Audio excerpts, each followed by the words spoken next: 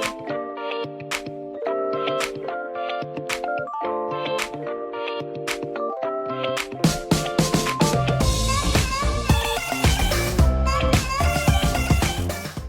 everyone, welcome to our podcast. So today my friends will be joining us to start up this conversation. So how are you guys this past few days, or what have you done for the past few weeks? Actually, I'm doing well, but little stressed because there's a lot of activity to do. So we're in the same boat. I'm also stressed, especially the preliminary examination is coming. That's exactly what I was thinking about. You know, the critical reading for students challenged by the English language. You know, what are the downsides, like the hassles, especially, when dealing or engaging in discussions with others? Most students really find it difficult to deal with this kind of terminology.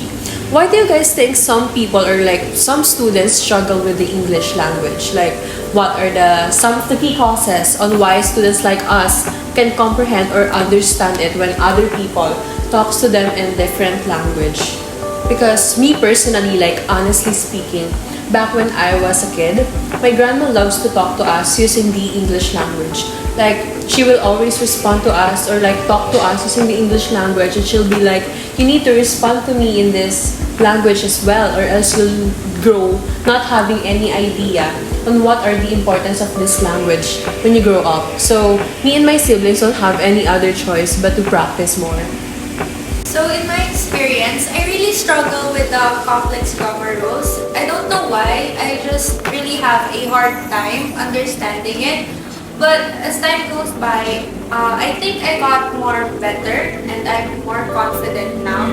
Back then, I thought I was really dumb, but because I saw that many people share this feeling of mine, I tried to be more engaged into books because I saw that it can be really effective to learn. So I got into books, I got the habit of reading books, and then so I was exposed to slang vocabulary and extensive, just like that, I really got more knowledge about it. Because when reading books, we can have a lot of knowledge or widen our vocabulary, Yeah, right? it really widened my vocabulary in English speaking. So now I'm really confident about it. Also, in my experience, I've been struggling with English texts. You know why? Because my vocabulary in English is limited. And also, there's a lot of unfamiliar words. Then, when I was a kid, actually, I hate reading. Not totally hate, but I do this. Then, because reading is boring for me, because when I was read, I see a lot of unfamiliar word. But make it fast forward, I've changed. Then I'm starting reading self-development books. In that case, I improve my English speaking using that, and that book is awesome. And there's a lot of lessons that I learned. I also had this difficulty or struggling when I read context in English book. I'm a Potterhead since I was a kid. I've watched all of the 8 films. That's why I've joined in Facebook some groups with Potterhead also, and I've seen that many posts there that the movies are not that good as the book. That's why I started to read the book when I was 11 years old, when I was in grade 5. And my vocabulary that time was the worst. So in reading the book, I've encountered so many deep words, so many unfamiliar words. And for me, it's so difficult because how can I understand the sentence? How can I understand the statement of what I'm reading if the meaning of the word inside that sentence was unfamiliar to me? So what I've done during that time is whenever I've encountered unfamiliar word of deep words, I've searched on Google, then read it again, I've searched and read it again. The one word that I remember that I've encountered in book 1 to book 8 is the muggles. So in Google, when we search muggles, it's like a person who is not that well knowledgeable about a certain subject. But in Harry Potter, it's kind of different, as a muggles means that you're a normal person. You're not a wizard. It means that a person is not known any magical ability. So it kind of the same, but they are different. And for me, knowing what muggles means mean a different or make my understanding in Harry Potter book different. Regarding to mine, I can remember being that bad at English. To be honest, I really notice it, but I don't mind, not until everyone's telling me that. And I am big that I'm not good on it. I sound so bad whenever I speak English. I'm having a hard time creating simple sentences in my mind, and also stutter a lot when I speak. Every time I speak, and I'm not comfortable speaking people in English, and it doesn't sound good nor right. My English proficiency is so bad.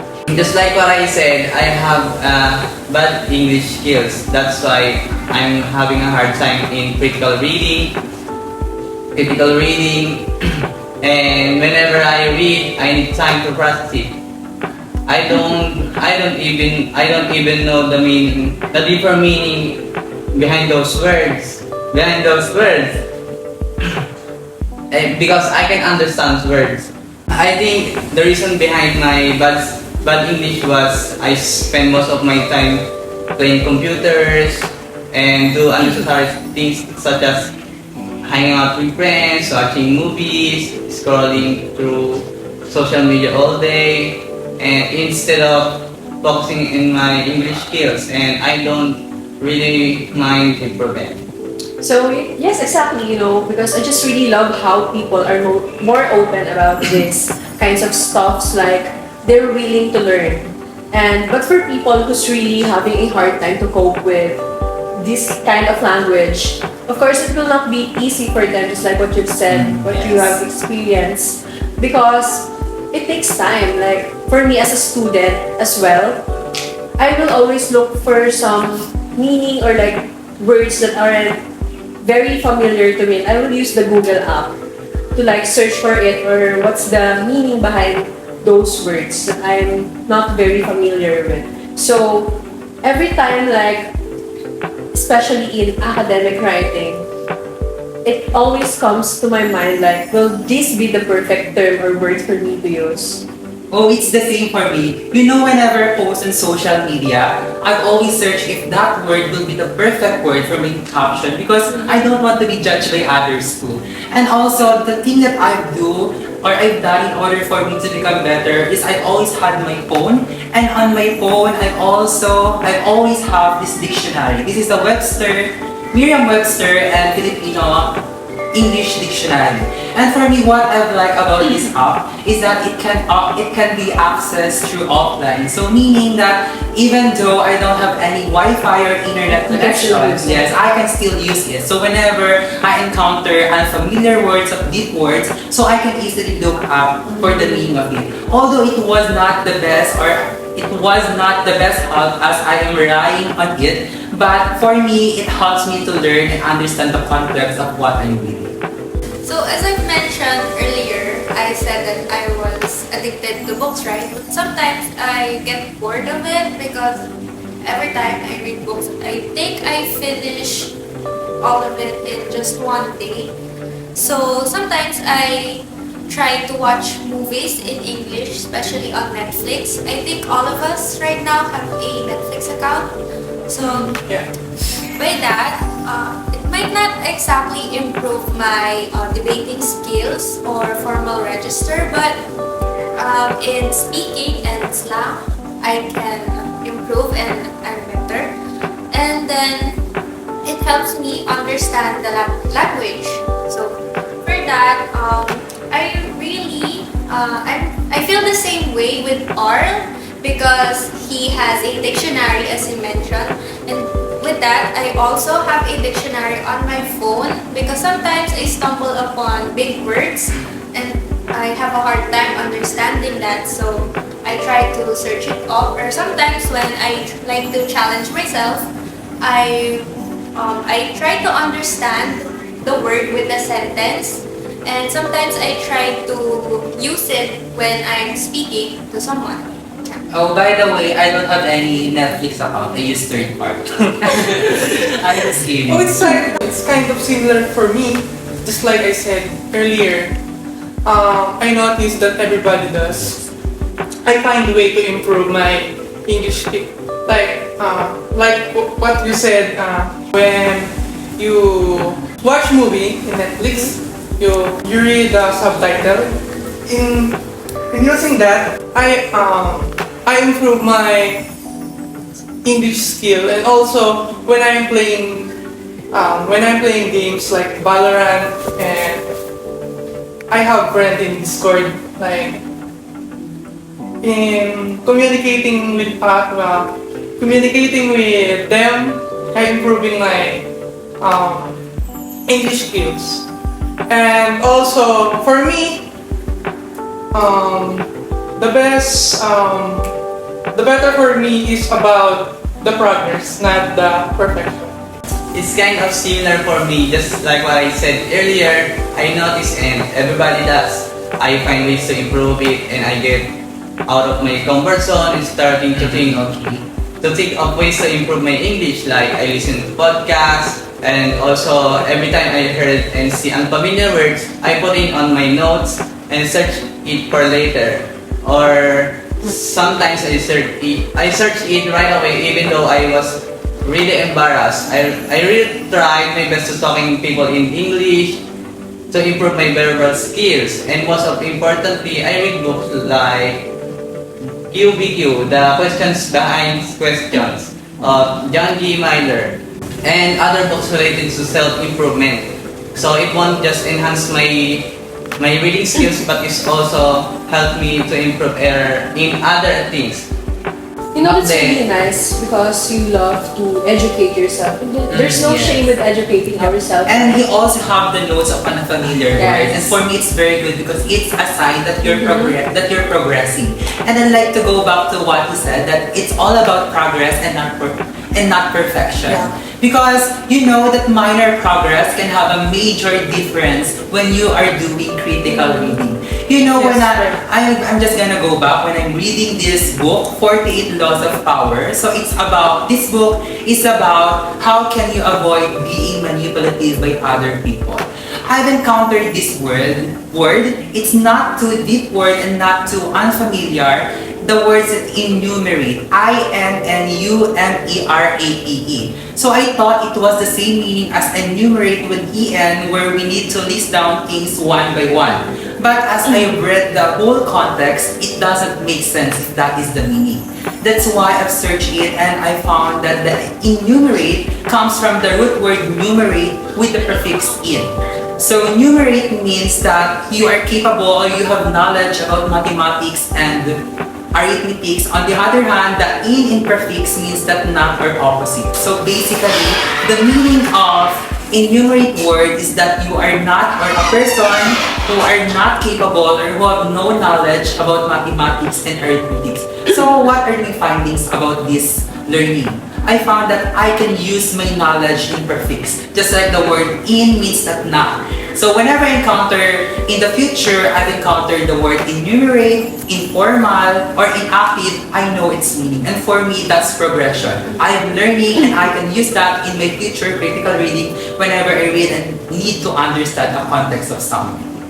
So for me, I'll be honest here, I'm not that thoroughly better, or I'm not really like 100% confident about it, but I know I got better. Because one time, my cousin, she's still in grade school, she asked me to help her with an assignment, like a story, and I'm gonna tell her what the summary is about. I don't remember what the story was, but I remember it was long and very complicated. Because I expected it was just short and easy because she's still in grade school, right? Assignments in grade schools are very easy. So I really struggled with it. It took me an hour to finish, but as time goes by, I got the hang of it, and then I was able to finish and help her, which made me happy because I think I got better with it. Yes, speaking of progress, it all takes time because life isn't about snapping our fingers and then expecting everyone to turn out the way we want it to be. Because it's not like that. With these experiences that we all have or we have shared to each and every one of us, we get to learn. We get to learn about the importances, the improvements, or it can also be a tip or lesson to each and every one of us who's listening as well. And we shouldn't be anxious thinking that we'll all be here staying stagnant and not having any improvements because sometimes we sign ourselves too much or like we spread ourselves too much because we want to achieve all these things, especially when talking about the English language, right? Because we always think that we should do it properly or else other people will judge us. Because sometimes we just gotta take it one step at a time. Because that's what I do to myself. Because I feel like I'm spreading myself way too thin and trying to achieve all these different things. Like I also came to a point where I want to achieve these things wherein I forgot that instead of actually achieving all of these things, I feel like I'm not making any progress or like improvements because I always think of what other people might think of me. Like, what if they think that I am not good enough or like having a difficulty in critical reading, reading articles like texts or books? We should know that it is a solvable and manageable condition. And for me, it's very okay to accept to ourselves that we are not that good at one thing, and we need to do some reading or determination in order to achieve what we learn. need. Yes, to learn. To have a deeper understanding Yes. of what the word exactly means, right? So, That's what the critical reading is all about, right? Like understanding the word deeply with a bit of Understanding the word and identifying the Yes, value. that's right. that's why even in college we still have an English subject because we need to know the importance or we need to maintain our good reading habit, and especially that in every courses or in every program that we enter to, there's still an English subject. And it will not end at college. Yes. In our future profession, we will Even in our lives. Yes, Yeah. English are Mhm. international language. Yes. So, I think that's it. I think so. So, I hope, did you guys enjoy having a small Yes, competition? yes. So, I hope that each and every one of us learned with each and everyone's own experiences because, having the time to talk about this situation is very important. And knowing your experiences and knowing how you improve it I can also use that in order to improve myself too. And like what others said, experience is the best teacher. And the fact that we did not make fun of everyone's own experiences is a good thing. And just like we accept it. Yes, because it's all part of our lives. Like, not everyone, or not even a single person, is born to be perfect. Yes. We all make mistakes, even in speaking, writing, or whatsoever in life. So it is very important to have a knowledge. So I guess Have that's conversation. Yes. And that's it. I hope each and every one of us, or to those who are listening to our podcast, had some fun with our small talk. Thank you so much for being here with us today. Bye. Bye.